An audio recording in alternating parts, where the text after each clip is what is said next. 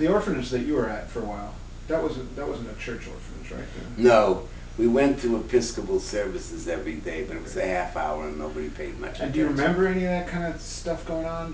No, there was no Episcopal priest. There was a lot of it going on between the boys, in fact, it was overwhelming between the kids at 12 and where you're getting out of adolescence. And then by the time you were 14, you learned it wasn't proper to talk about it and do it openly. It was very interesting if you, because it was totally open from the kids who were just coming into adolescent.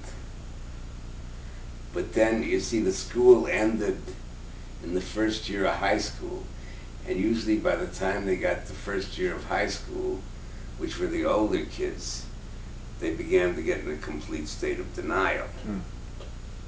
And I remember the orphanage there were 6 or 7 cottages where 20 or 30 kids would live, and there was a scandal in our, actually, when 2 of the leaders, who were a little older, because they were a year older than all of us, or most of us,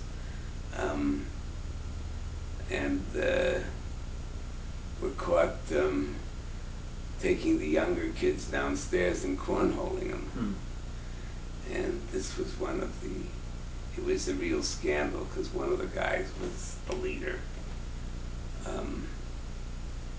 But they set the social norms, the sexual norms, very early on, that it was all right to cuddle in bed with each other, and you were just coming into adolescence, so most of the guys didn't do it. That's why the older kids did it.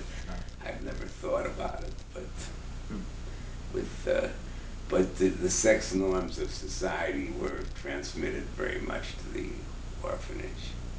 At the military school I was at, it was just the opposite. It was so uptight, and you could get thrown out for any fucking around. Really? It was happening though, right? What? There was fucking around happening, right? So quiet though that you wouldn't hear about it either. Well, one guy was expelled, but there was the major's son was obviously gay, but there was no expression of it. I'm sure there was.